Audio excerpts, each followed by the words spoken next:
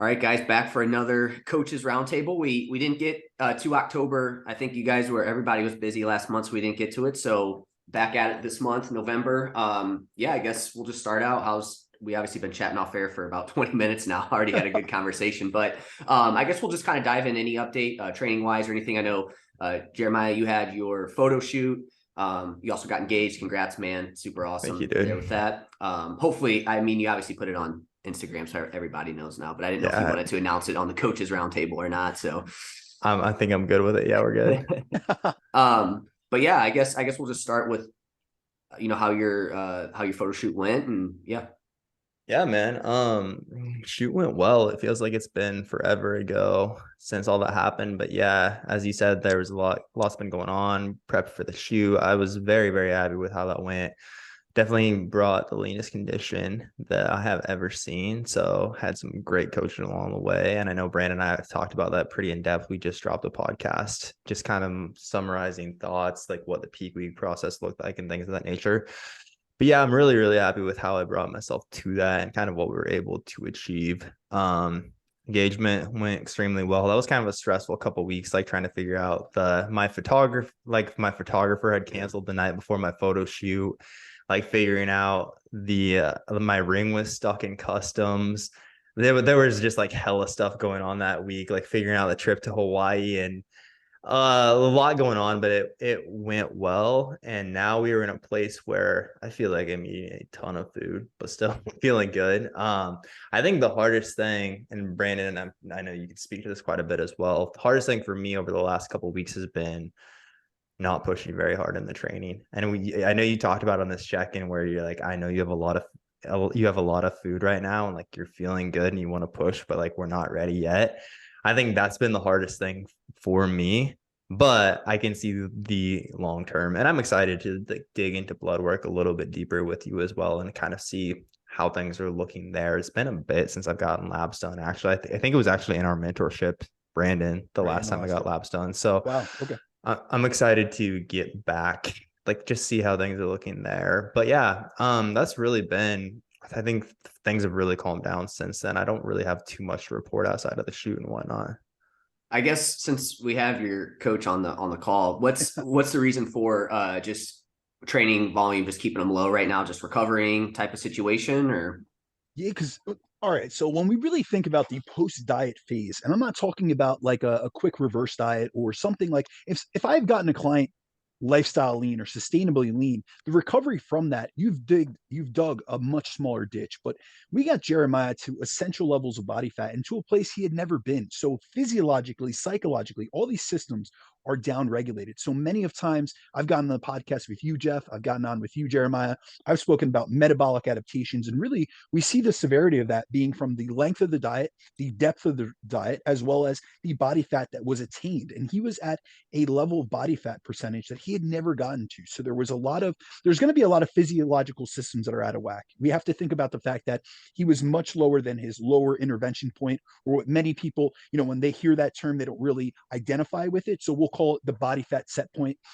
So he's much lower than that. And really, what I've seen, and this is both through my own practice with myself, I've seen this with many clients who have gotten stage lean or photo shoot lean, is that a lot of times we get these transient changes within energy availability. So, for instance, I'm going to give you guys a perfect example because I'm sure you can relate to this. And anyone out there, even if you haven't gotten stage lean, if you get a refeed, it can be 2 days of increased carbohydrate intake. And you feel great during those days. And it's almost like you're not in the diet any longer. However, you go right back into those 5 days of deficit. All of a sudden, you feel like death again. And so, a lot of times, what we feel in the moment psychologically from eating more food, having a little bit more energy in the system, better training performance within those 2 days, it doesn't extrapolate out. So really what I've seen to be the most beneficial way of facilitating recovery is through multiple fronts. It's in increasing energy availability, specifically with carbohydrates. So increasing, total calorie intake. I've really taken more of a recovery diet approach with Jeremiah due to the body fat level that he had gotten to. And then also, we have to realize that there are multiple stresses in the system. So it's not the stress of dieting in itself, it's the stress of training. It's all these multiple stresses. But also, coaching is not just about nutrition and training. Yes, that is what I can control within Jeremiah's life, but he has a lot of life stress, and he might not highlight on this, but we obviously have a great coaching relationship, and he has a business that continually is progressing. So there's a lot of stress from a CEO, founder perspective, from an administrative perspective, looking after a team and really leading from the front. And so really, as a coach, I only have so many modifiable areas. There's only so many things that I can control within Jeremiah's lifestyle and within his programming. So really, I've seen very good benefits from going more to a minimum effective volume standpoint in terms of training. I've done this with myself, and I'll share from my own experience. There were times, many times, that I've gotten very lean, and in the post-diet recovery phase, I've pushed up my calories, and because I'm like, oh, I have more energy in the system, let me push training volume, let me push training intensity. And then I get 8 weeks post-diet, 12 weeks post-diet, and I still haven't regained all of my physiological markers. My biofeedback's still not in a great place. My sleep quality hasn't been restored. My libido hasn't been restored. And then I'm someone that I'm very analytical with blood work. So I actually specifically told Jeremiah he had wanted to get blood work initially right after getting back from vacation, which was less than 2 weeks post shoot. And I told him, listen, I've went over enough blood work over the years. I don't need to see what your markers are, because I know your thyroid is going to be downregulated. I know your testosterone is going to be lower. We don't need to see that, because it's only going to reinforce what I already know. And I'm going to be addressing these symptoms through your post-diet recovery phase anyway. So let's save the money, and we'll do labs around the 6 to 8 week point, which is what we'll do. But I've noticed within myself and with other clients, when we've pushed training volume, even though we're pushing calories, it has led to a longer recovery time course, meaning we get labs 8 to 12 weeks where I'm expecting, much greater improvements in their labs as compared to, 1 week post diet. And I'm not seeing as much of a steady incline in certain markers. So their thyroid's not coming back online. Their cortisol is still elevated. They might still have increased reverse T3, which is essentially binding to the receptors on cells and blocking the metabolically active effects of T3. So this is just a way to facilitate recovery in multiple aspects. Because just like we think about stress does not get separate into different buckets. We have an allostatic load, so a total stress bucket, which includes our training stress, our diet stress, our lifestyle stress, personal, relationship, all these things. The same thing can be said about the systemic fatigue that can be accumulated through a long diet, through low levels of body fat, through training. And so really I'm trying to accelerate this course. So really it's almost like taking a step to the side, because we're not taking a step back, we're improving things. However, we're taking a step to the side to accelerate him going forward more, so that we can really make this post-diet phase maximize really the intention of this. And the intention of any post-diet recovery is to facilitate recovery. So that's what we're really looking to do. And so that we can get into a more productive phase of building muscle, which is our goal after this, in a quicker fashion, rather than extrapolating out that time course, pushing training volume when he feels great, and we get 12 weeks post-diet or 8 weeks post-diet, his markers are still down regulated. And now I have to put him into a health phase for 6, 8, 12 weeks. Yeah. A couple of points there quick. First, I think it's important, again, for the listener to understand that how lean you got is a very important variable here. As you said, like if you just got lifestyle lean, we probably wouldn't need this like 8 to 10 week period of low volume training. And then another thing that I appreciate is I feel like coaching is very much like a fine line of knowing like when to kind of go with like what the client wants versus when like we're sticking to our guns.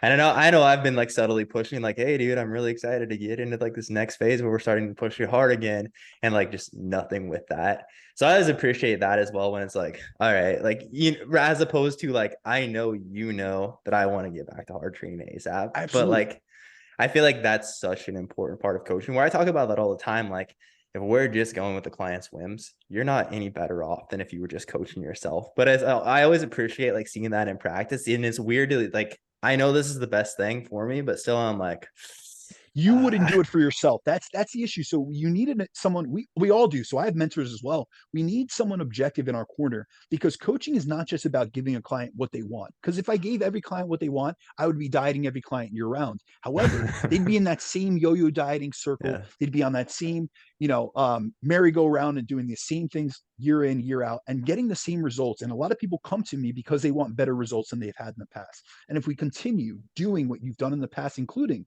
making the same mistakes that you've made in previous phases, you're never going to get better outcomes. It's like that Einstein quote that doing the same things over and over again, that's the definition of insanity. You're not going to get any better outcomes. So although I know I see your biofeedback, it's improving, especially from a psychological perspective. Like you're in it mentally. However, I know just based on experience, based on your own life. And I'm looking at all the factors. I'm taking a well-rounded perspective. I have a step back from this where you're emotionally tied into this process, as am I. However, it's easier for me to be able to clearly and concisely make decisions and say, listen, I know what he wants, but I need you to do this. So that's why we're doing like more of a maintenance volume phase, probably for between 4 to 6 weeks. We're going to go look at your blood work. And as soon as, I analyze things and see all the markers are back online, that gives us the green light to our next progressive phase. And I'm doing it for myself too. So, just so you guys, know that I lead from the front and everything I do, I would never ask Jeremiah or any client of mine to do something that I wouldn't be willing to do.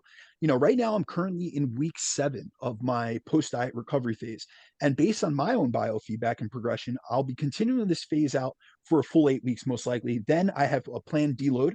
I'm going to get blood work during that week because I'm a real big fan of deloading during blood work because of the transient changes that could be impacted on blood work through hard progressive training. We're going to have muscle protein breakdown increases from hard training. That's going to throw off liver values like AST and ALT. It could deviate kidney values. There's many things that could be deviated from continuing to train. So I'll take a few days off. I'll go get blood work and then I'll do an analysis and then I will send it to one of my mentors so I get a clean and non emotionally tied base, because sometimes I'll see something and I'm like, that's all right. But I like people in my corner that are extremely objective and say, no, this we need to really work on.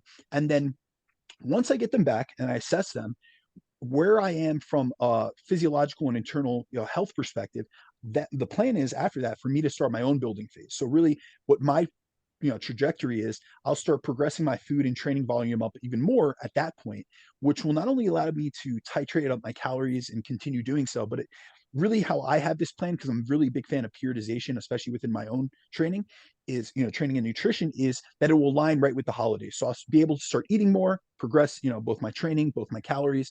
So it aligns from both a training and nutrition periodization perspective, and then also a life perspective. So this is, generally what I would hope for other clients, but there are times, and this is where I'm going to share my experience. There have been times, that I've had other clients that have I haven't taken a more conservative approach with training. Like I've really increased their calories from an energy availability perspective, from a biofeedback perspective. Everything looks great. They're feeling great. They're training great. They're getting progressive increases in the gym. We're seeing that their training is really like going swimmingly, especially compared to the dieting phase.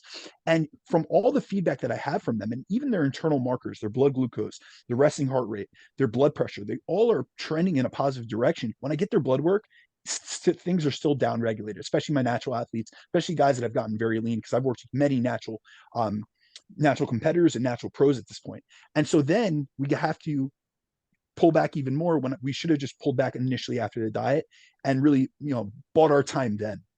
So it might be time for me to make the switch to the dark side. Is what you're saying. I'm not suggesting anything big this time next year. Getting big. No, I like that you mentioned too that you're going to wait to get his blood work too, because like you said, if he just did it afterwards, it would be worthless essentially, because he's just going to be, everything's going to be down regulated at that point. Like you said, it's going to tell you what you already know at that point. Yeah, I really think, when I say this, keep in mind, guys, I have assessed thousands of labs before. I've done, I've one of the biggest mistakes I ever made in my coaching was early on. I was so enthused with blood work that I made clients get it every 8 weeks. I mean, I really wanted to, and it gave me great practical application skills. It gave me great experience, but it got to the point where I used to get feedback from clients. Right now I have a very long retention rate with clients, but one of my questions after a client would decide to stop coaching was, what were some of the positives and negatives? What were some of the main drawbacks? And one of the number one ones I got in 2017 was, I asked for blood work too often, and they thought it was just an extra expense. And I understand. And I actually shared this with Jeremiah in our mentorship. Like, we get bloods when we need to. And yes, we want to do them frequently, but not more frequently than needed. So a lot of coaches in this industry are making expectations or placing expectations on clients where it's like, you have to do a Dutch test. You have to do, a GI map, and all these tests that are $500-$600 out of pocket. If you really know, and I'm not against blood work whatsoever. I'm very big into lab analysis. Every mentorship program that I do, I teach blood work and how to assess it, how to analyze it, and how to mitigate the issues that you might be seeing on blood work. However, it's a tool in the toolbox. And if you're with a client and they're investing into you, you need to be able to treat them and treat their symptomology and fix their issues without always relying on continuous lab testing, especially at a very frequent basis, because we have to realize that coaching is an expense, it's an investment, but so are these blood tests. So if you have to really take it on a client by client basis. I have certain clients, especially like in Australia, I have a client that gets blood work every 4 to 6 weeks because he doesn't pay for it whatsoever. So any blood work that he wants, he goes into his GP, he makes a request, and he gets the blood work done. So it's a very easy process. He doesn't have to take any time of work off. He works at home. So these are things that are very feasible for him, and they're not a financial constraint. But if I have someone that doesn't have health insurance or pays out of pocket for blood work, I'm going to be a little bit more conservative with the frequency in which I request testing, because that is why I'm so analytical on my check-ins. Like Jeremiah can tell you, I'm checking, both objective and subjective metrics in a very in-depth perspective every single week. So I'm making sure that if someone cannot afford that, to do more than say two courses of blood work per year, that I'm able to fill in the gaps and really assess their internal health on a frequent basis, on a week-to-week check-in basis. So labs are great. All these tests are great. I really love that we're coming out with more and more testing, but we can't be super reliant on that, because that is not going to fit every client's psychology and their budget. Would you, so like, if obviously with Jeremiah, like you're going to wait a little while, partly because he's just got out of dieting and he got super lean, super shredded. If it's somebody that is maybe more of a lifestyle client, would that change when you do that? Or would you still wait, a little bit of, again, obviously taking into consideration all those things that you just said, would you still wait as well for somebody like them too? Yeah, it's going to be very heavily dependent on their biofeedback. If I see a lot of negative indices that, and this is often the case. Actually, I do it a little bit differently, but a lot of times when I have clients come to me who have already dieted themselves and they have a lot of negative biofeedback markers, and I do a consultation with them, and they have a lot of symptomology of hypothyroidism or subclinical hypothyroidism. They're cold, they're having brittle hair, brittle nails, losing hair. Like I have a lot of females come to me in this position, and I fill in their micronutrient status. Like I make sure I'm looking at their chronometer data, like I'm typing in all the foods that they're eating. I see that they're nutrient deficient, and I fill in those gaps, and I'm still not seeing an alleviation of those symptoms, say within the first 4 weeks. I'm putting them right into getting blood work, and I'm making a suggestion saying, listen, I need your baseline. But in Jeremiah's case, first and foremost, his biofeedback has been great throughout the entire course, even getting to as lean as he did.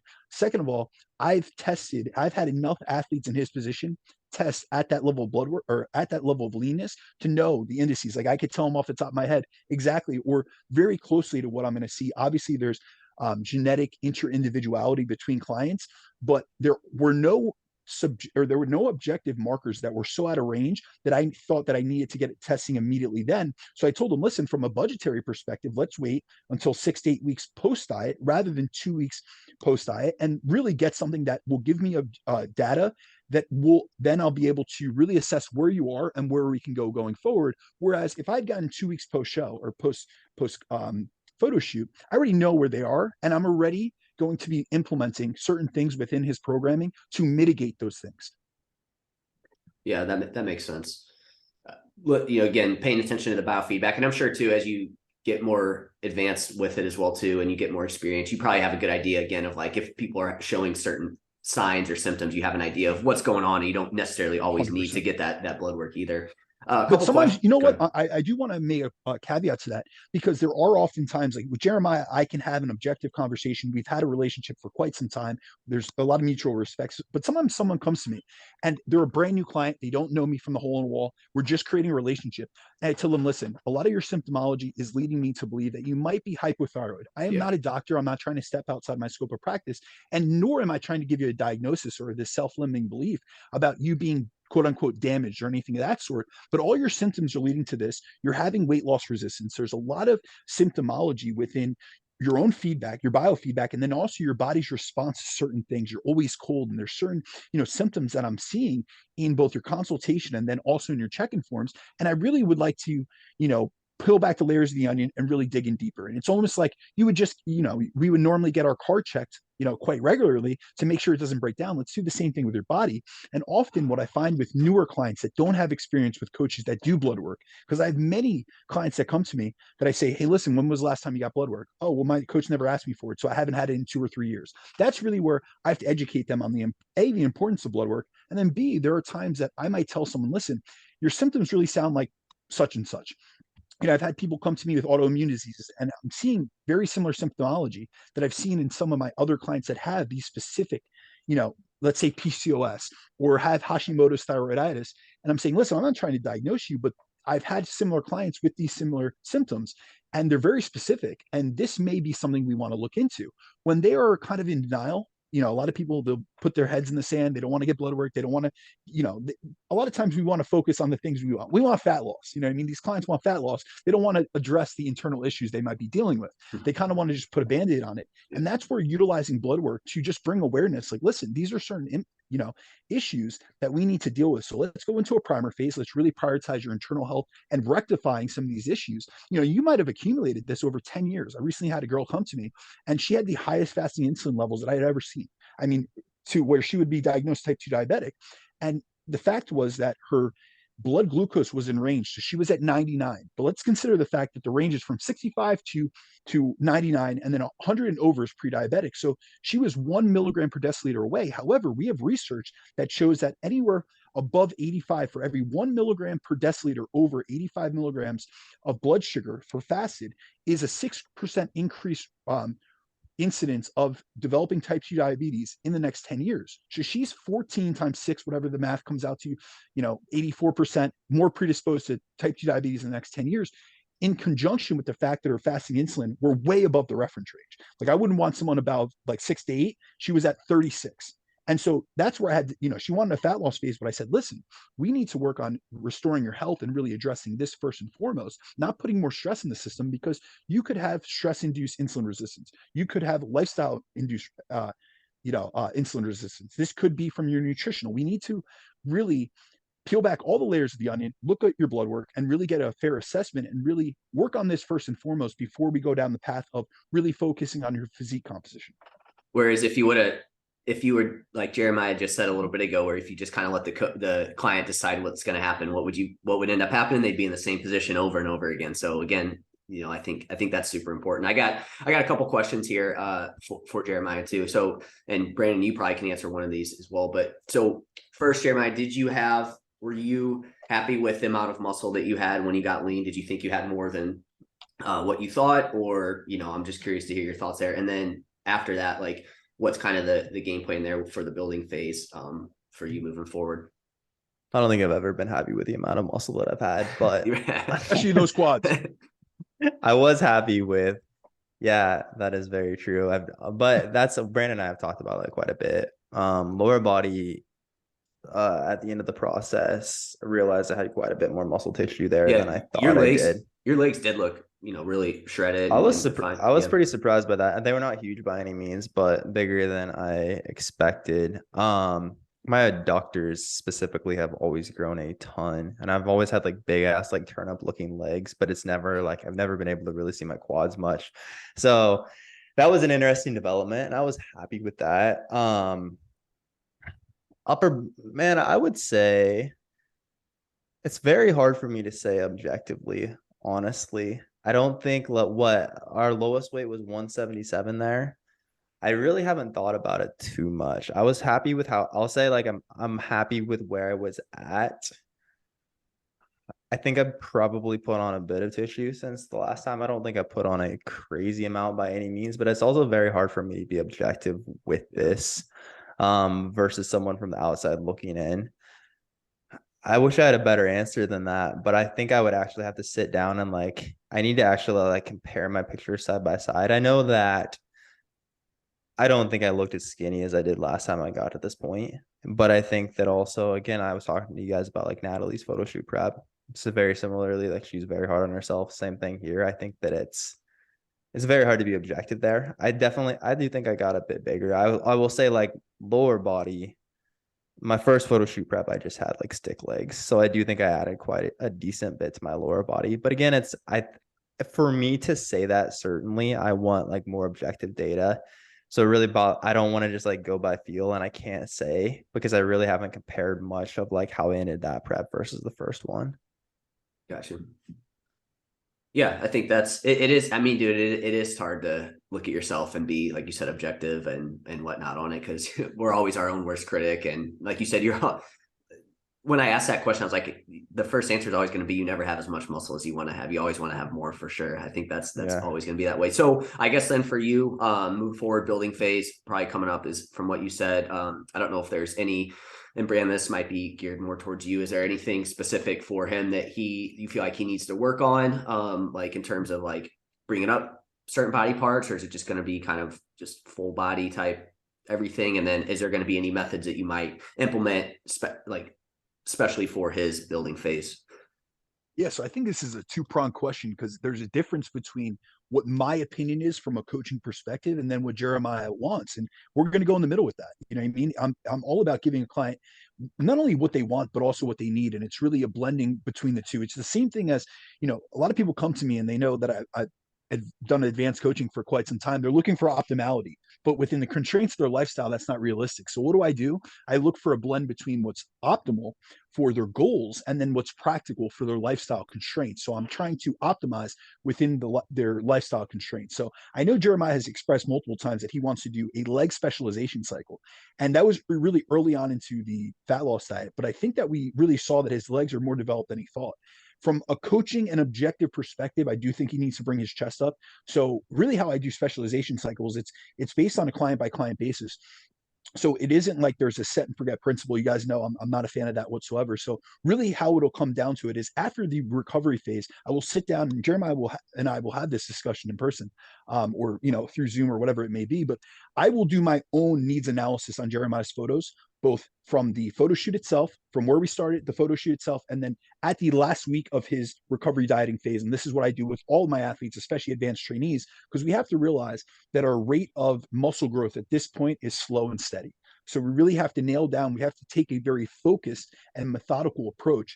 And so within that, based on his training experience, based on the background that he has, the years that he has training, and just the level of advancement that he's at, I'm going to prefer to go towards specialization cycles. That's what I've seen work best within myself and with many of my advanced athletes. And it's also something that Jeremiah and I have discussed in detail. We've done a full podcast on it, and something he's expressed interest in seeing how I program them.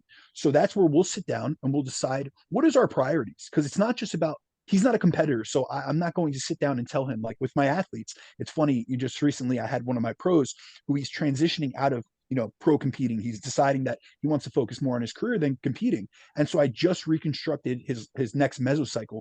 And I sat down and I said, listen, you don't have to go based off of what I think you need to work on or what the judges said you need to work on. Now it's all about you. You want to blow up your arms and have them disproportionate to the rest of your body? By all means, let's do it. Like I'm all for it. So it's going to be based on Jeremiah's preference, but also at one point, I do believe that we're going to have to utilize a specialization cycle for his chest to just bring it up in proportion to his deltoids and especially to his back. His back came in exceptionally well. He's got a good connection with his back, despite saying that he didn't feel some of the exercises. His back came in great. And that's something that a lot of people, they're lacking in the back. So generally, if you ever notice a lot of my clients, you guys can look up on my Instagram page. I'm kind of known for building backs because I've had to specialize so much with it with many of my clientele, because shows predominantly, there's a saying, shows are won from the back. So when I work with competitors, I do a lot of back specialization cycles, but I would like to incorporate a chest specialization cycle. But if, we get to the needs analysis, I do my own on my own, and then I do a consultation with Jeremiah and he's still locked in on legs. That's what we're going for.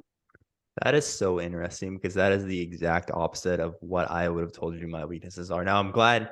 I think we could both agree on calves, but if you were like, yo, we're focusing on calves, I don't know. I don't know if you'd be down for I don't know it. if I would have been on board with that.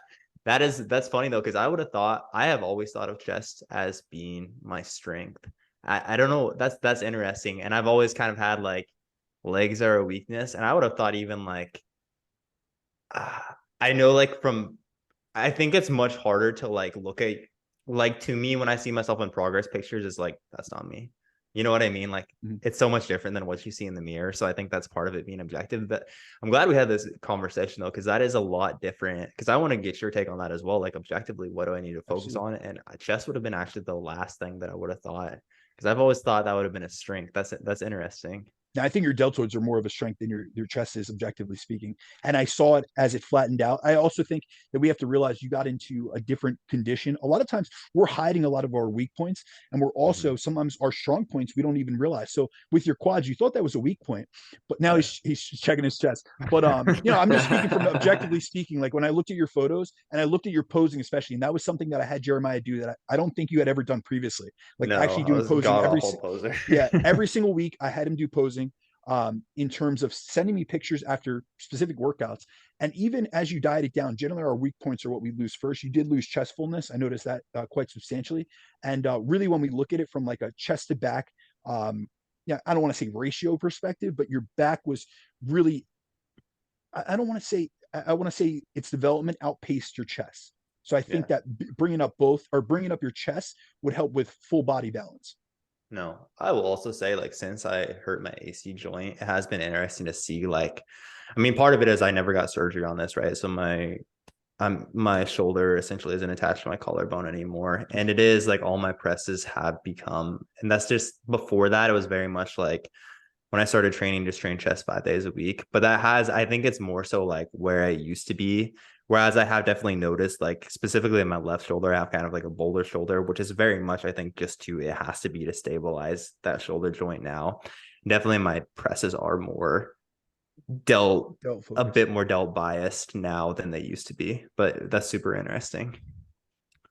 One thing on the posing, that is, dude, that is freaking tough. Like it looks easy, but it's like you get up there and it's like, man, this is freaking, I mean, it's tough, dude. I remember I haven't done it, and I think it's just like, it's a skill, just like anything. I haven't done it in forever. And I know, I'm sure I'm back to where I was when I first started, but man, I mean, it took, a couple months to get it down, and it's awkward as hell if you don't do it regularly. You think like we do that all the time, but it's like, once you actually try to strike a pose that looks good, it doesn't, it just, it's tough, especially So back.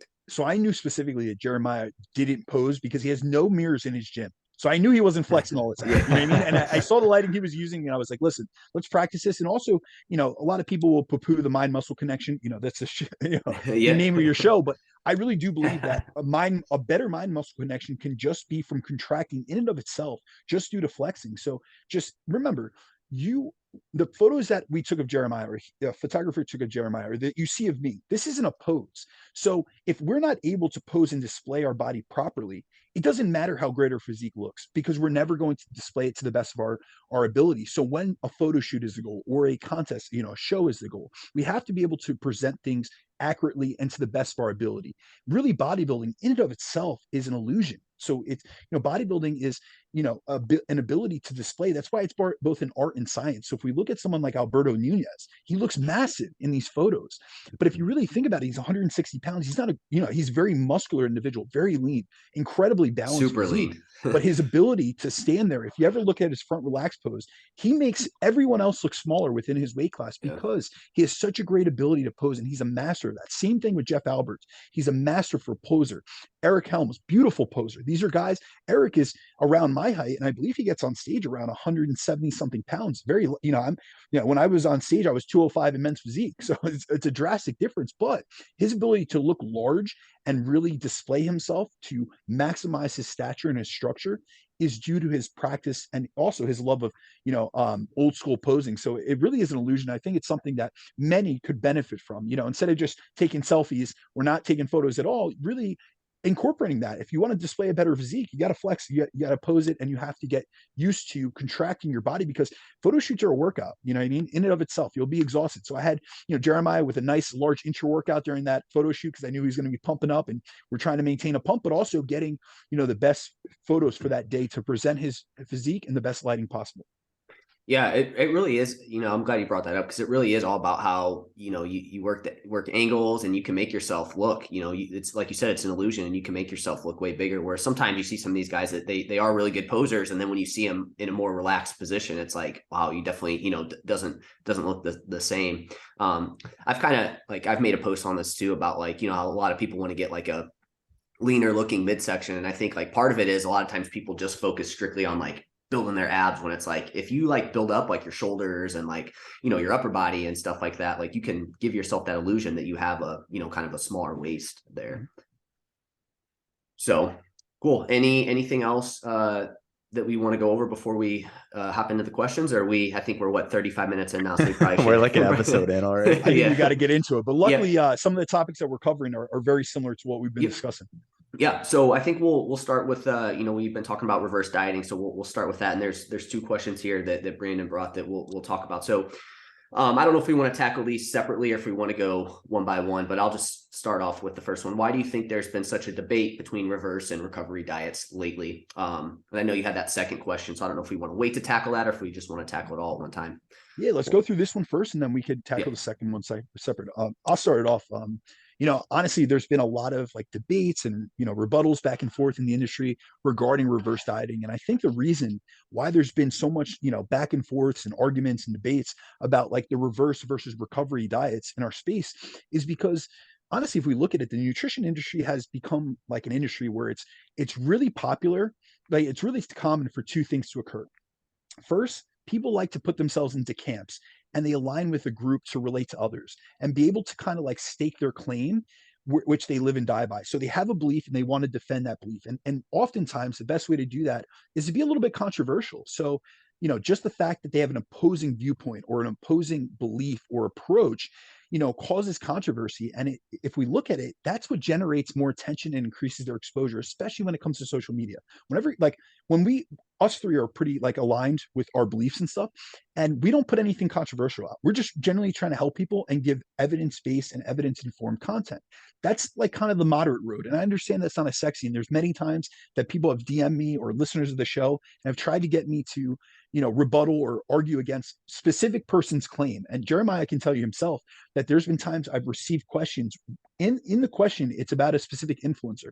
And I will not name that influencer because I don't believe in tearing someone else down to, you know, build up one of my arguments. It's about, you know, presenting the information and just really what I'm trying to do is inspire critical thought. So when I, you know, list a study, whether it be in a post or I speak about a study on a podcast, it's just to give people a little bit more education, empower them through that. It's not about breaking anyone down and really tearing down their reputation in the process. And as with any concept of nutrition, you know, the other issue that we really have within our industry as a whole is that with any concept of nutrition, when something gets mainstream, like in the case of reverse dieting, it often gets simplified so much that we lose the true context behind that concept and it kind of gets lost in translation. So what I think is the oversimplification of reverse dieting and what it has been made out to, you know, to be has caused many to think that, you know, a reverse diet is this just simple addition of say 10 grams of carbs a week or 5 grams of fat per week, instead of realizing it's an approach that centers around the principle of increasing calorie intake, improving energy availability, and facilitating diet recovery. But there's so much more context to be considered when making adjustments based on the individual client that we're working with and their physiological and psychological state and their proclivities. And that is where a lot of the nuances are left out because we really have to consider that a reverse diet is a principle. It's a principle of increasing calories. It isn't the set and forget, you know, protocol where it's only 10 grams of carbohydrates or it's only 5 grams of carbs per week. And really, when I look at it, I'd approach each client in a different way. So I think we really need to realize that just because reverse and recovery dieting are defined as X on an infographic on Instagram doesn't mean that's how a coach with tons of experience working with real world clients is going to go about and implement a reverse or recovery diet.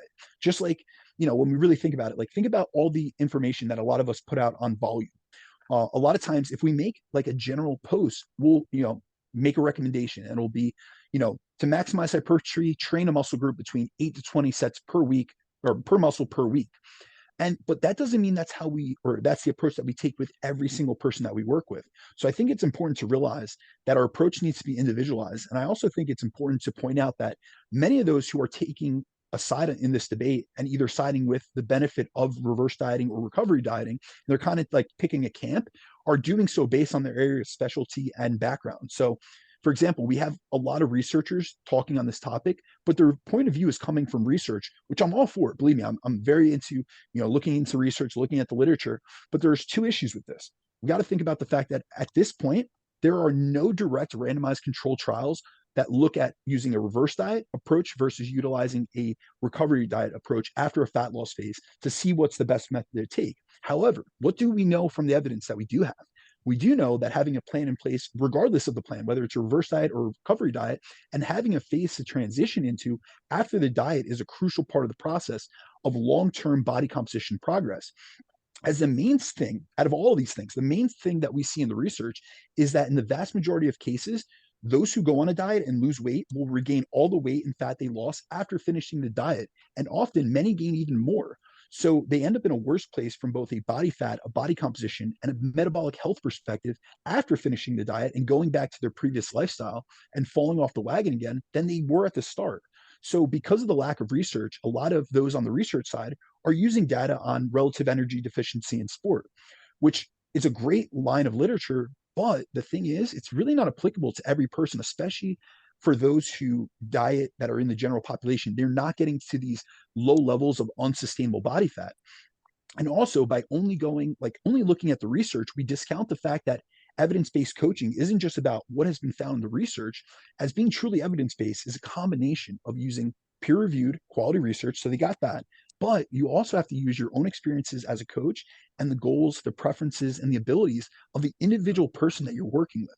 And then when we look at it, so we have the research side, but then on the other side, we have individuals who are just strictly coaches and don't look at the research. And they honestly, a lot of them disregard any of the research that we do have.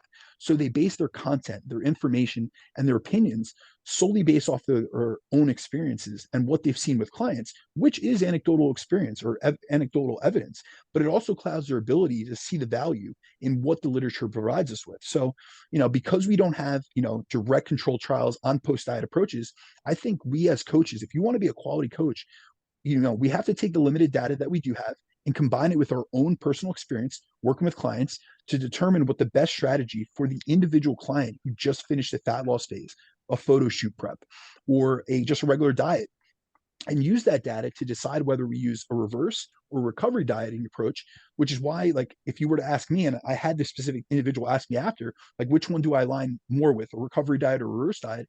And I don't side with either. I'm going to, the approach that I take is going to be based on the clients the individual client I work with, because I work with clients from so many different backgrounds that I use both approaches, and it's based on the needs of the person that I'm working with. So there isn't this one set answer that I can give anyone. It's always a reverse diet or it's always a recovery diet. We have to consider context and realize that a lot of times people are trying to simplify things down so much that they're making it as though one approach is one thing and one approach is the other, and not realize there's a lot of commonalities in the middle. Yeah, no, that's a good point. I'm glad you brought up that last point. I think it's the simplification of it where it's hey, this is what a reverse diet is. And then that's how it's used for every single person. And I think it's just all semantics at that point. And people want to put a word to what they're doing. Right. And I think with reverse dieting, it's it becomes, and I think it's the same thing with when we say things like mini cuts too, right? People they hear the word mini cut and they think it's this cut where it's just super short and you lose a bunch of body fat, but we know that to use how we would use it would be different than what people think, right? But they hear mini cut and they think that that's what it is, when there's again, it's used for a certain purpose. And same thing with building phases or massing phases or stuff like that. I just feel these are just words that we do need to put to it, and then within that it is very it's different in terms of how we're actually going to use it, right? So reverse dieting, like you mentioned, where some people think of reverse dieting as you add 10 grams of carbs each week, right? And that's when you come at it with that with that mindset, it's yeah, that might not be great for a lot of people. But for me, reverse dieting also is something where it's you said, we're just getting somebody back up to maintenance, or just recovering from the diet that they just had, right? And so I think it just comes down to naming things, and then people try to make it out it's just this one way of doing things, kind of like you said there, and it's just semantics at that point. So that was just kind of what I wanted to talk about there with that. Yeah, I think there's so much value in long form conversations like this, because there's so much context. And that's even I know Brandon, we talked about this after our last podcast, where probably need to be more careful about how we speak about reverse dieting. But I've seen the same thing the last couple of weeks. I've realized even with building phases, I talk a lot about, hey, a building phase might be the thing that's holding you back from achieving the physique you want. But that's because a huge amount of the individuals we work with are extremely lean women who are very, very afraid to like let go of that and ever eat more food. But I've really seen like I've had a couple conversations where it's like, hey, we're misapplying this idea to like with the situation you're in, like we don't need to be actively pushing to like see the scale increase and continue to push food higher. So that's something that I'm always working on is like like so much of like our what we do is delivered through Instagram where it's like 2,200 characters. Yep. They say it's 2,200 characters, but it's actually like 2,150 or something like that. I'm constantly checking my word count whenever I'm writing captions. But anyways, like and just like trying to squeeze that into it. But yeah, I think it's just understanding like the context, like all these different things. The context of it is so important, like reverse dieting, recovery dieting. I don't think there's actually I don't know if there's that. There are definitely people out there that are like, hey, we don't reverse diet. I think it's largely like if we're talking about like why is it so popular, I think it's largely a discussion like coaches, but like between coaches rather than like clients out here like, hey, should I recovery diet or should I reverse diet? Yeah. But I think it's just again like largely just understanding there's a context for most for most things there's a context where it's going to apply, and I think it's understanding that more than anything else. I'm glad you brought up the building phase one too, because that is one that I see like misapplied, right? And like I think with the reverse dieting, it's misapplied in that again, you get somebody that's like, say they're not like losing weight when they're like overweight, and then they're like, oh, I just need a reverse diet and whatnot, and then I'll start. It's like again, the misapplication, I think a misunderstanding of like what's going on, and I think that was like we talked about off air, like the big thing that kind of stirred up this reverse dieting thing was Stronger by Science podcast, right? And bringing it up, and I think he was like mostly trying to hit on like it's not this like magic thing to like get you to like just lose body fat because you're under eating, right? And so you just need to increase calories. But yeah, again, some semantics there with that. And I think the other one too is like that gets misapplied with this kind of thing too is like body recomposition too, right? Where it's like people also think of that one as like they just think like one way with it. And again, there's context that needs to go into it, and there's different ways to go about it as well too. So that was just another one there. I don't know if you guys had anything else to add to that.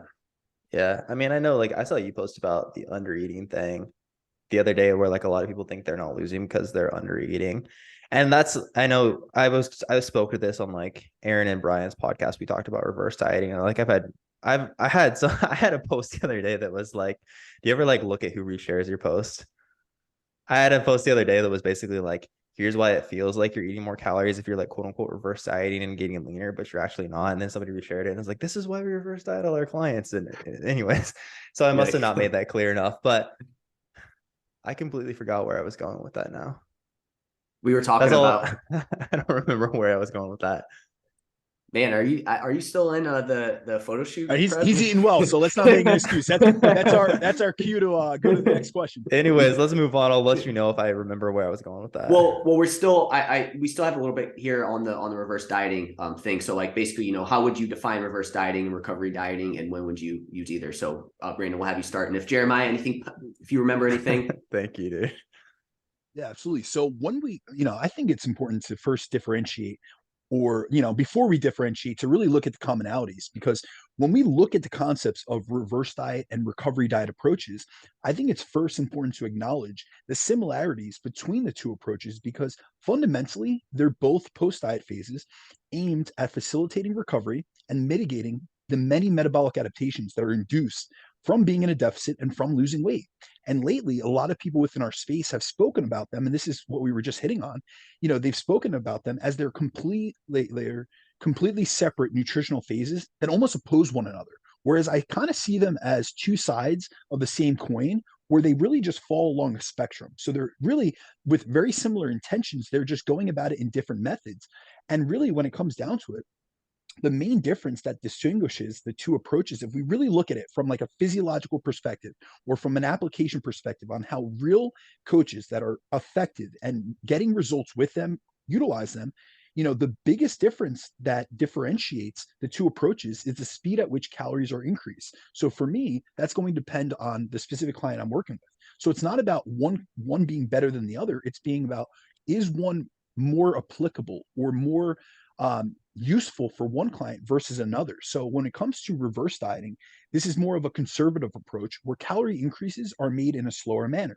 So when I personally use a reverse diet with clients, I'll make a fairly substantial increase in calories upon finishing the fat loss phase and starting the reverse diet to get them back to their predicted new maintenance. And then I'll make further increases in calorie intake based on biofeedback metrics. So like their energy, their digestion, their training performance, recovery capacity, and also their body weight. So I'm looking at all these things and I'm assessing all these things in a well-rounded perspective. And generally, I'm going to use a reverse diet approach with clients that are like gen population and lifestyle clients. If I have a client who has reached their fat loss goal and they've improved their health as a result, and they want to maintain the body composition and the health improvements they've made, I'm going to use a reverse dieting approach, especially if that person hasn't gotten to very low levels of body fat. If I have a client that I've gotten from, say, 25% body fat as a male and he's metabolically unhealthy and I get him to 15%, we're going to see improvements in testosterone. So it's not going to be downregulated like Jeremiah's, you know what I mean?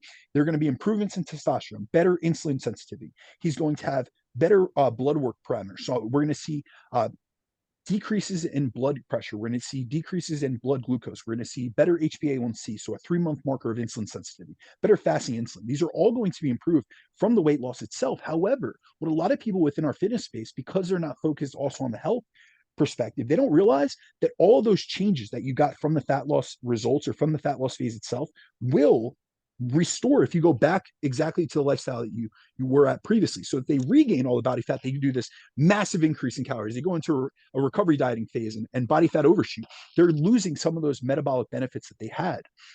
Another one that I really like using reverse diets with is when I have a gen population client who I've used, diet breaks with, and they've responded really well, and all their biofeedback has come back well. That's an indication that going back to maintenance has had a really beneficial effect on them. And that's essentially, a reverse diet. We're going back to their predicted maintenance, just like we did during a diet break. It's just an elongated phase of that. Another thing, if a client has good biofeedback, it's in a good place at the end of the diet, and they're just lifestyle lean, there's really no reason to take a much more aggressive approach. Let's bring them back to maintenance and restore things there.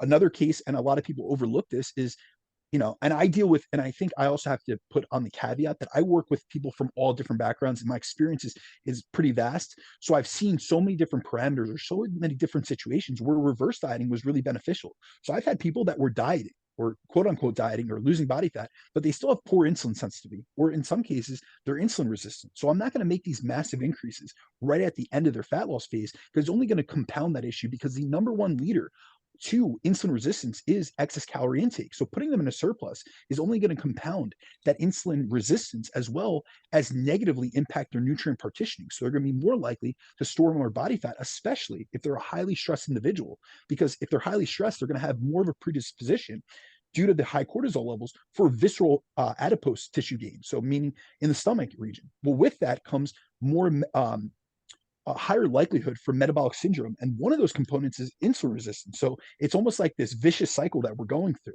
Another case, that I might use it with someone really lean. I've had a lot of clients that I've had them in a show prep or a photo shoot prep. And in order to feed them up into the show, I'll start reverse dieting them, strategically and in a controlled manner, just to feed them up into the show, because I have them ready weeks early. But really, when it comes down to it, and this is where I really want to differentiate it, is regardless of the type of client I'm working with during a reverse, I'm aiming to get them right back to their maintenance. Because really, when I think about it, and this is where I actually had a conversation with Jeremiah last week off air, where I had really not heard of a lot of people using like the 10-gram carb increases or the 5-gram fat increases and keeping someone in a deficit for so much longer.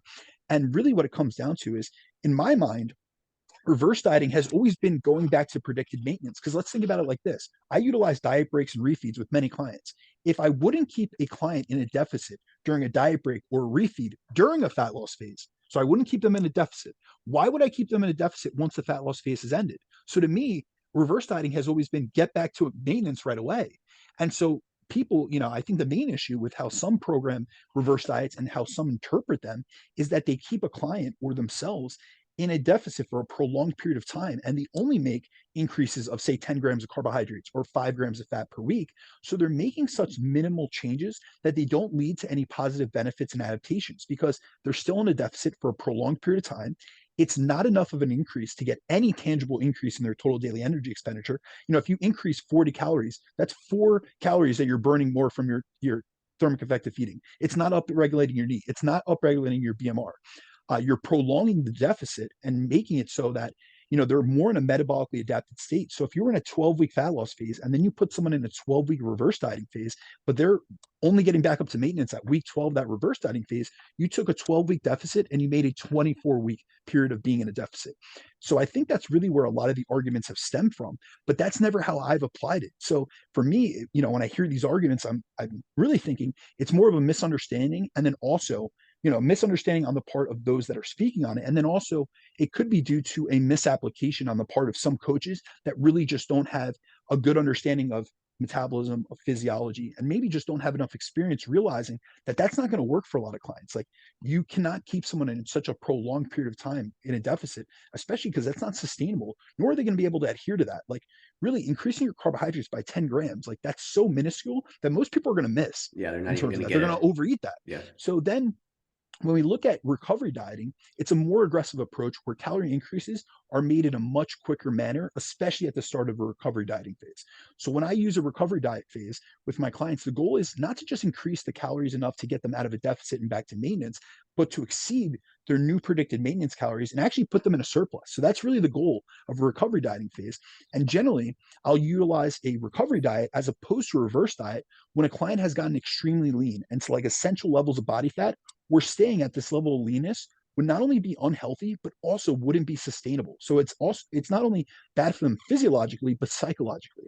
And this is generally only going to apply to contest prep competitors or a client that's gotten Photoshoot lean. Like in the case of Jeremiah, I've taken a recovery diet approach. I made a massive increase off the bat of between 1,000. I gave him a range because he went on vacation, but between 1,000 and 1,250 calories right off the bat from his pre-diet calories. So I've also used this approach when a new client has come to me after like an extreme crash diet and their biofeedback and their blood work are in such a negative place that it's clear that they not only need an increase in energy availability, but they also need to regain weight. So that's another case, because think about it. You're going into a surplus, you're going to gain weight in this. Whereas a reverse diet, oftentimes you'll see that someone's weight stabilizes for the first few weeks until you actually get them into a state of positive energy balance. And so really, when I look at these two different approaches, when I think about recovery diets, I don't believe that recovery diets are applicable to most lifestyle or gen population clients, as many of them don't need to gain fat to restore their health, nor is that their goal. So really how I look at it is, regardless of whether we take a reverse or recovery diet approach, the goal is to facilitate recovery from the diet. And the approach just really differs in speed. So it's not like these are diametrically opposed. It's like, listen, what is the best approach for the client and the state that they're in currently and where they got to? And also, we also have to consider the psychological condition of the client. So I've worked with many people with backgrounds in disordered eating or body image issues or eating disorders. And so if I know a client is going to have a really bad psychological response, especially from a body image perspective, to regaining fat quickly or regaining weight, I'm going to take a slower approach. I'm going to put them, but the slower approach doesn't mean that I'm titrating their calories up 40 or 50 a week. It means I'm getting them back to maintenance where their weight's going to stabilize. And we're just going to get into a place where their body is in a better homeostatic condition where it can restore. Because when we really look at the research, there's research by Martins that actually looks at this, where 4 weeks in energy balance was enough to reverse a lot of the metabolic adaptations, especially to RMR, to those that had been in a dieted down state. So really that's what we need. And I think that's really the biggest difference between the diet break literature and the metabolic adaptation literature, is that the diet break literature, we don't see physiological benefits because they weren't in energy balance long enough. And so 2 weeks wasn't long enough, but we see in the Martins research 4 weeks. So really, my goal with clients that may be a little more adverse to weight gain, or their goal is, listen, I got into a sustainable body fat percentage and I have a body composition that I've always wanted, then really I'm transitioning them with a reverse diet just to basically a maintenance phase. But a lot of times, from a coaching perspective, and I have to be honest about this, sometimes I'll term it as a reverse diet when I'm really putting them in a maintenance phase. And the reason for that is everyone thinks of maintenance as nebulous and they don't see the benefits. And it's not until I get them 3-4 weeks into that phase, they see the benefits, they feel better, their sleep is better, their stress management skills are better. Maybe they have less cortisol-induced water retention, so they look leaner. They're more filled out from a glycogen perspective. Their training performance has increased. So everything from a physical and mental capacity perspective has improved, that I then really tell them, listen, if you want to stay here, we're going into a maintenance phase. And then they're like, well, listen, this reverse dieting was working really well. I want to stay in this. And then I explain to them, really what you are is in really like a holding phase. We can call it whatever you want if it's going to psychologically benefit you. But really, we're trying to maintain the positive adaptations that you've sustained from the diet itself, which are the lower body fat percentage, the better metabolic health, and the better psychological viewpoint that you have of yourself. If you had confidence issues, I'm not saying getting lean is going to, completely eviscerate them. But if you feel and you look better at 15% body fat than when you started at 25% body fat, and that's not unhealthy for you. 15% body fat is a very healthy body fat percentage for many males, or say 20, 22 for a female, that's a place that you could stay and you can live. And so I want to help clients be able to attain their goals in a method that doesn't hurt them. So if a client came to me and said, listen, I want to stay at 5% body fat, if Jeremiah had told me after the shoot, hey, I want to stay here, I would have had a really long conversation with him. Like, not only is this unsustainable, not only is this going to be physiologically, harmful, but it's just from a long-term perspective, I know you want to gain muscle. So this is going to be counterproductive to your goal. But if someone's really happy with where they've gotten to, our biggest issue as an industry, as a society, is weight gain. If we really look at I was looking at weight loss statistics recently, or weight gain statistics recently, and really what we see is an average. The CDC reports that we see an average increase in adults between the ages of 18 to 55 of 1.1 to 2.2 pounds per year gained each and every year across the life course. So within a decade, you're gaining at least 11 to 22 pounds on average as a US American. Then if we look at the obesity increases, or the rates of obesity increase, we see that rates of obesity in US population, as well as in Canada, the UK, Australia, and New Zealand. And I know it specifically because those are the areas that I have the most clientele in. So I looked at these specifically. All five of those regions have seen at least a tripling of obesity rates from 1975 to 2016. So I can imagine that it's even worse now. So really, we have a weight maintenance issue as a society and as an industry. So if I can help clients, whether it be through a reverse diet or a recovery diet, I don't care what we have to call it. I'm here like in the real world as a coach. I don't care who's arguing online. It's really about how am I going to best set up my clients long-term?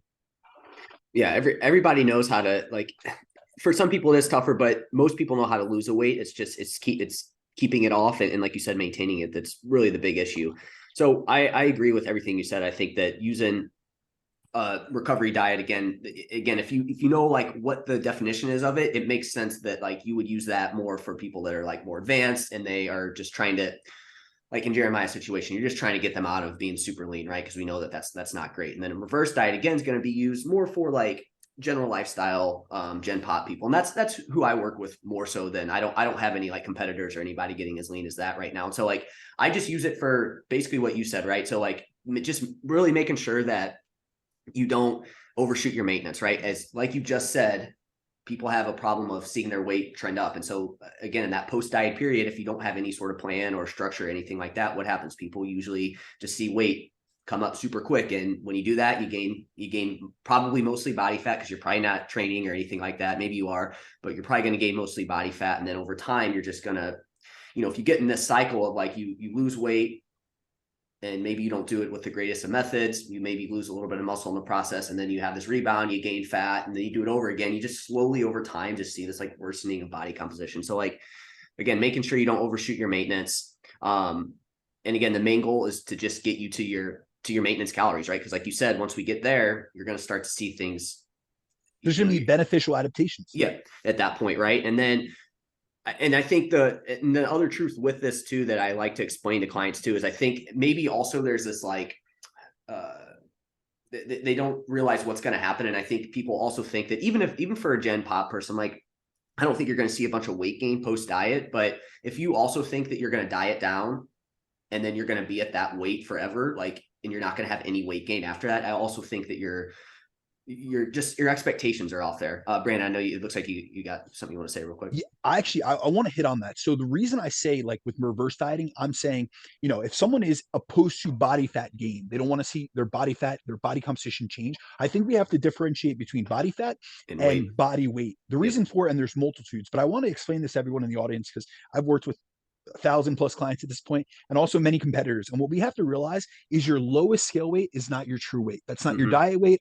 If your last week of your fat loss phase, you hit, Jeremiah's case, 177, I told him that was his depleted weight. We have to think about at the end of a fat loss phase, you're most likely on your lowest amount of calories and your lowest amount of carbohydrates. So just from that perspective, you've lost water intracellularly, you've lost glycogen storage. So for every gram of glycogen that we store about 3 to 4 grams of water. So with that, you could have lost pounds of just intramuscular, which we want glycogen storage. We also have to think about the context that muscle is between 60 to 65% water. So now you're almost like a deflated balloon. Well, just increasing carbohydrate intake, even going back to maintenance. So for instance, say you were in a 500 calorie deficit, you were losing weight at approximately 1 pound per week.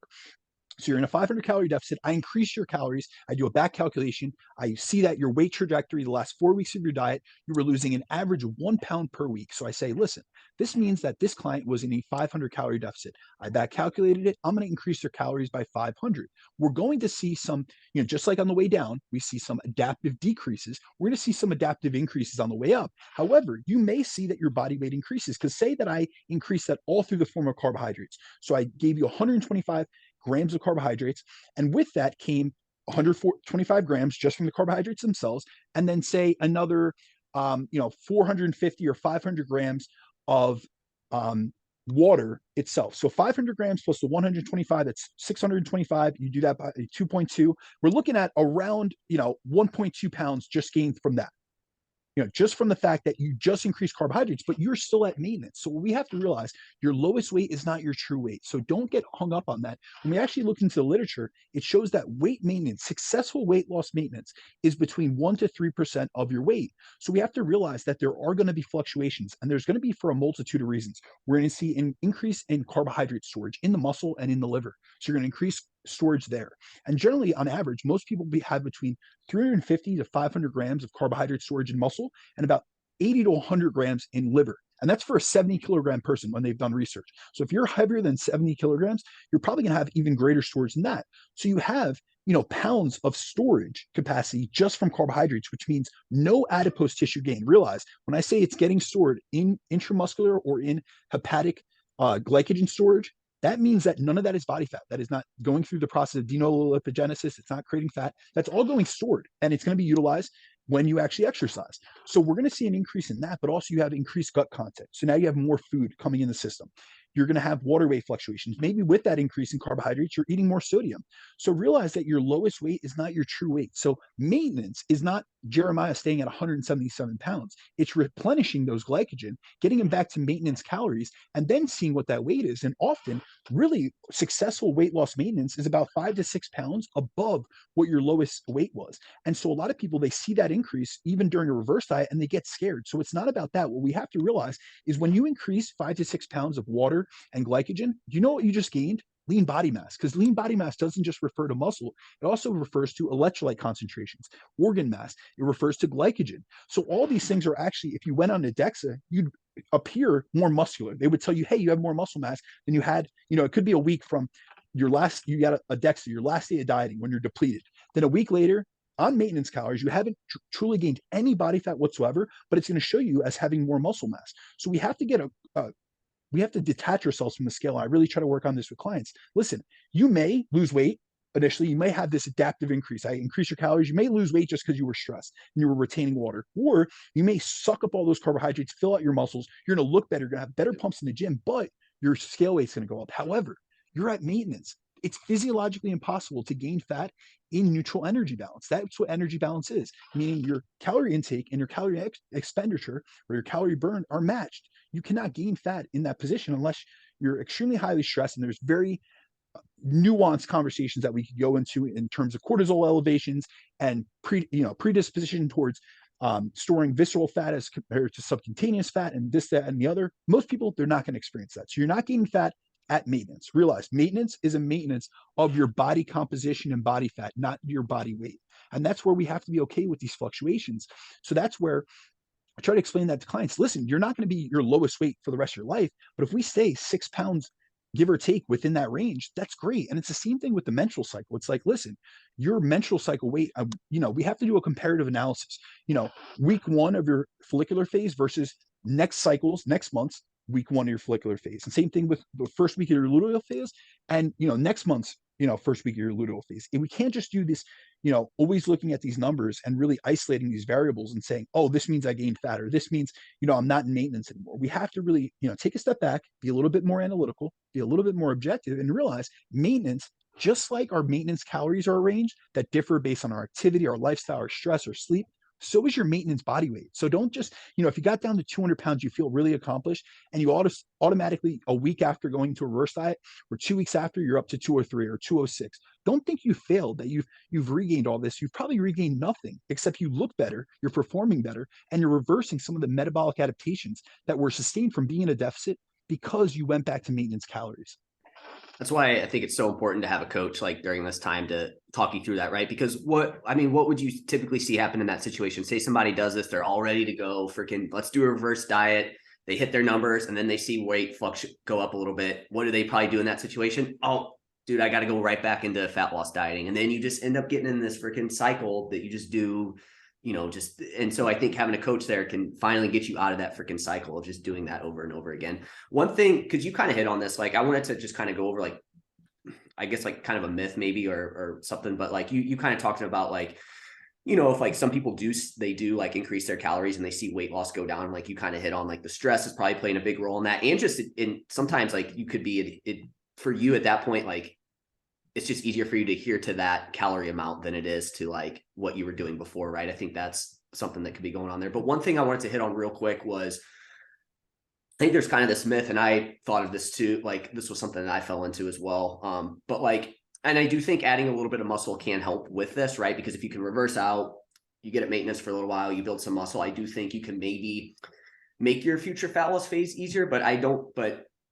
a lot of times people like kind of use reverse dieting as this thing of like, oh, your future fat loss phases are going to be easier. But, and Brandon, we've hit on this before about like the phenotypes. It's like, if you struggle with weight loss, like have a hard time, like maybe you have these metabolic adaptations that happen, not like going into a reverse diet, getting to your maintenance and then coming back later doesn't necessarily mean that you're going to have an easy time losing fat in the future, right? Like how your body responds to an energy deficit is probably how it's going to mostly be, right? Like if you have a tough time losing, like say you just have metabolic adaptation that happens, like it's more extreme for you, going into maintenance during that time is going to help you get out of those metabolic adaptations. But once you go back into an energy deficit, it's like you're still going to have those adaptations that probably are going to still arise. Now you can improve your methods in terms of how you go with fat loss, right? Like if you have poor methods, like, and you improve that, that's obviously going to help. But again, if you have these adaptations there where when you get into an energy deficit, it's not like those are just going to go away. There's two sides to this. So I want to hit on both because I do hear these arguments. So first, let's talk about, will reverse dieting make or recovery dieting, reverse dieting, whatever we want to go with, will it make your next diet easier? Potentially. And here's the reason why. If you are someone that has chronically dieted, you had a yo-yo approach where you went through binge restrict cycles and you were chronically in a state of restriction, and then you just overdid it on the weekends. I often speak about this. Jeremiah and I have had this conversation. You and I have had this conversation on podcasts. A big percentage of the clients that I get are what I call a weekday dieter. They diet, they over restrict during the week, they overeat on the weekends. So they have poor dietary habits, especially around calorie balance. And so with that, if we are to reverse diet you, you start nailing your tracking. You get much better in terms of your consistency of calorie tracking and calorie intake. You're much more consistent with increasing your calorie intake across the week. But really what we're doing is we're smoothing out some of those fluctuations between the massive deviations between what you eat during the week and what you eat during the weekend. Can it make dieting easier in the future? Yes, because you've developed better skills. You become more consistent. Your tracking accuracy has improved. Then also, you've gotten out of a state of restriction, because even those that aren't in an energy deficit, so the weekday dieter generally isn't losing weight because they're undoing their deficit every single weekend. So they're in a calorie deficit, and usually an over restrictive calorie deficit Monday through Thursday or Monday through Friday. And then come Friday, it's all bets are off. And they eat in such a surplus that it undoes their deficit from the week. So they basically undone all the work that they've done. So they're in a state of positive energy balance or in a calorie surplus. So they're gaining weight or they're staying weight neutral. They're staying right at this weight that they're unhappy with, a body fat percentage and a body composition that they're unhappy with. So reverse dieting, taking a strategic approach where they really dial in all these habits, all these behaviors. They really align their lifestyle and they align their actions, both dietarily training wise, movement wise, with their ambitions. So their goals that they have for themselves, and they align that. The next dieting phase, they're going to have better habits in place, better behaviors in place. They're going to be able to execute things better. And also, that's from a physical perspective, a physiological perspective. Then we look at the psychological perspective. This person has been in a constant state of restriction. And I'm someone that often I encounter individuals that are more in a state of mental restriction than they are in a state of physical or physiological restriction, meaning they have such a bad and poor relationship with food that they feel like they're always dieting, and they kind of overlook, they bury their heads in the sand, and they kind of overlook those slip ups that they have, those 5,000 calorie days, those days that they eat everything in sight, those binge days, and they kind of just like swipe it under the rug, or brush it under the rug. And so by getting someone consistently eating more calories, and they're seeing the benefits from them, they're seeing that their weight isn't going up, they're having better training performance, they're feeling better, their stress is managed better, then their next diet, they're going to have a better relationship with food. So that's where we work on the habits, behaviors, but also their mental relationship with food, so that when they do go back into an energy deficit, they didn't spend. So for instance, I have a lot of, especially females, unfortunately, that come to me with years of dieting history. They have this history of restriction, both from a physical and a mental perspective. So they've never really taken an elongated period of time where they weren't quote unquote dieting, and they weren't in what they consider a deficit, whether it's physical or mental. But then I put them in a reverse dieting phase. I get them back to maintenance. They're not restricting their food intake. They're getting to eat more and more, throughout the course of the phase. We're building up their calorie intake. We're combining that. We're periodizing their nutrition with their training. So as we increase their training output and the stimulus of their training, they're building muscle. So they're building metabolic currency. So yes, maybe they get a couple calorie increases from increases in muscle tissue, because muscle, it only burns about 6 calories per pound added. So with that, now they've been out of a state of restriction. So their next diet, they're more adherent. They're better able to sustain it. And so they respond both physiologically and psychologically better. However, when we actually look at the metabolic phenotype research, we see that those that are thrifty, think about thrifty, it means you're conservative with energy. So you conserve energy when they're in a state of energy balance. When you're at maintenance calories, we generally see, and what's really interesting about the literature is that now we're getting a lot more conclusive evidence that those that have a thrifty metabolic phenotype, those are often those individuals that they are easy gainers. Let's contrast them as that. They think that they gain fat easy. What we really see is that they have less of an adaptive increase in their metabolic rate and their total daily energy expenditure when they go into a surplus. So they more readily capture energy. So if you go into a surplus, you're going to be more likely to store it. Now, when you go into a deficit, you're going to downregulate your energy expenditure to conserve energy. You are thrifty in all types of, in all phases, but it's only when you deviate away from maintenance. So if you're in a reverse diet and you're technically at maintenance, you actually, the research actually indicates that those with a thrifty metabolic phenotype actually have a higher resting energy expenditure.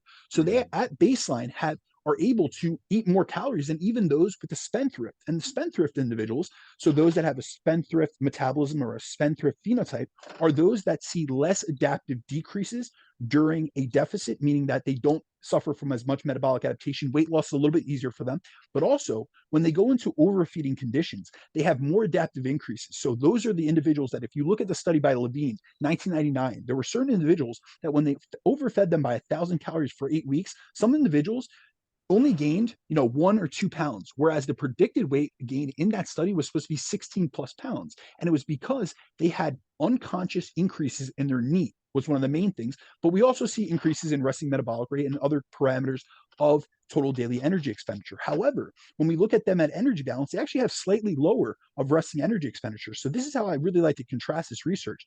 We're all given a different different hand of cards. However, we have to play them to the best of our ability. So if you see you're someone that readily gains fat when you go into a surplus, or it's really hard for you to lose weight, maybe going to a reverse diet is the best thing for you, and just going back to maintenance, because you're going to have a better ability to maintain a higher calorie level.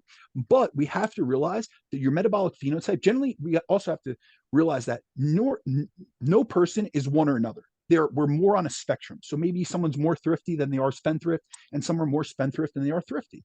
However, regardless of the type that you may be or you may align with, whether it's physically or mentally, there are benefits and there are drawbacks. For every gimme, there's a gotcha. However, when we really look at it, you are not going to be able to change. It doesn't matter if you're reverse diet, whatever it is. It's not that you're going to change your physiological response to dieting. However, you can improve your approach, you can improve your mindset, and then you can also improve all the other parameters. We really look at like the body fat set point, settling point, and dual intervention models.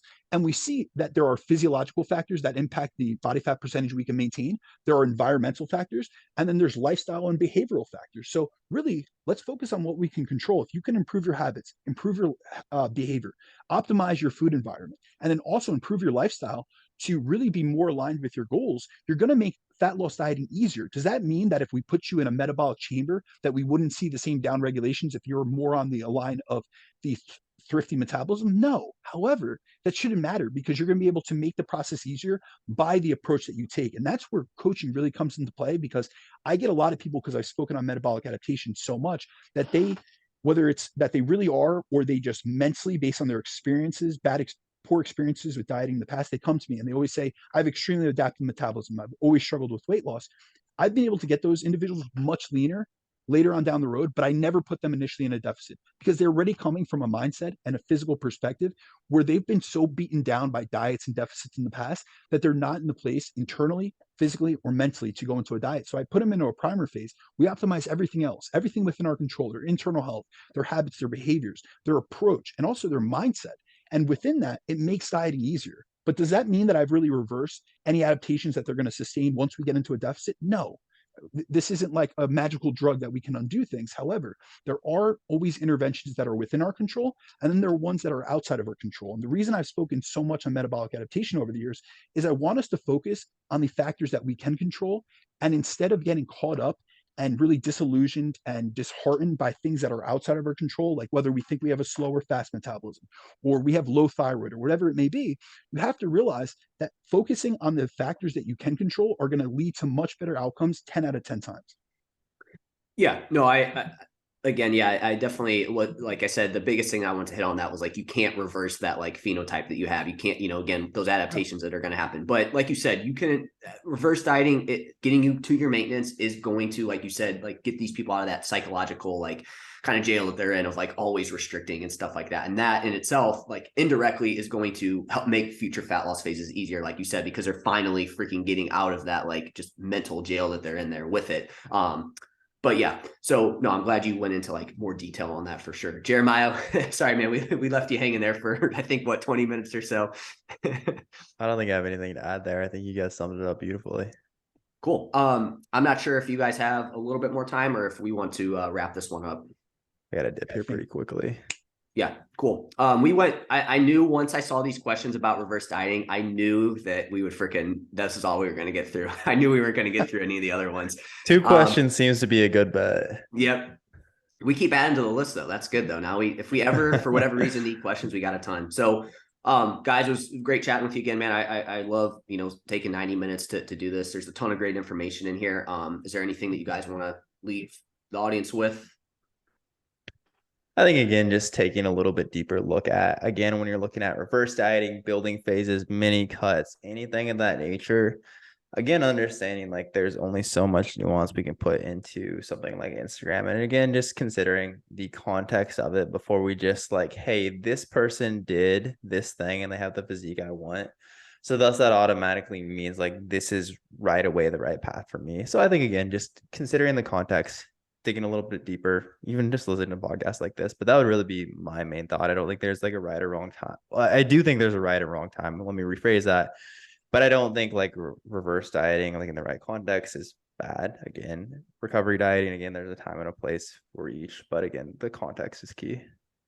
Cool. Yeah, no, I completely agree with that, Jeremiah. And I think another thing for the audience out there, we often get these questions and a lot of people, they want like this specific answer. They want this straight up answer. And there's so much nuance. And I often struggle on podcasts because I do have such a background with so many different, classes and demographics with clients. And I'm always trying to consider context. So often, sometimes I end up going on an answer that's much elongated, but I do really try to provide some value within the information that I provide and also try to inspire some critical thinking. But really, when it comes down to it, I really want to encourage the audience out there. You're going to hear our take. And if you really notice, we're not a fan of either side, or we're not a pure advocate for either camp. And the reason for that is often the truth lies in the middle. You have person A's perspective, person B's perspective. Generally, it's really in the middle where we really find the best middle ground for what could be the best approach for the general person. But also, we have to realize that it's going to be individual specific, situation specific. Like, it could be one individual went from Gen Pop and then all of a sudden decided to do a competition prep. So all the diets in the past, they've done reverse dieting. But now a coach presents them with, listen, we got a recovery diet. And now they're like, listen, I've always been a reverse dieter. I don't know about this recovery diet. So don't, take everything with a grain of salt. And then also realize that everything within nutrition and fitness, any of the information that you guys get, it's always sexier to give you a straight answer and to be able to say, this is the way. However, that's often misleading. So really be cautious. The experts in this field generally will admit when they don't know something, or they say a lot of it depends, and they'll give you context on which it depends in. So I really think that often it's easier, or it's a little bit more, I guess, enticing to go with someone that really is, tied to one belief and they're giving you all the answers you want to hear. But realize, take that with a grain of salt, and also be a little bit cautionary with that. And then really when it comes down to anything within health, nutrition, especially fitness, training, there is no black and white, and there shouldn't be. There shouldn't be like on or off and these dichotomous viewpoints on things. There is a time and a place for every approach, and every diet can work until it doesn't, and every approach can work until it may not. It can work given it's done for the right person. So really, when it comes down to reverse dieting or recovery dieting, think about all the context that's being done, and also if you're hearing others that you trust within this space, and I wouldn't suggest that you don't trust them. However, also peel back the layers of the onion. Look, someone's talking about recovery dieting, but their whole population is competitors. And then someone's always, talking about reverse dieting, and all they work with is Gen Pop. So realize that they're coming from their scope based on their perspective and their experience. And then there will be others like us that we work with, people from all different backgrounds. And I've taken people to the Olympia stage. And then I've also, worked with, Lifestyle Lisa. And so I'm going to say, listen, I'm going to utilize whatever approach fits that client best, what they need as well as what they want. So really, with everything, take things with a grain of salt, but also realize that we can't just take what's put on an Instagram post or an infographic and take that as the holy gospel and run with that information. I love it. Awesome. Again, great chatting with you guys, and we're going to do this again next month. So talk to you guys then.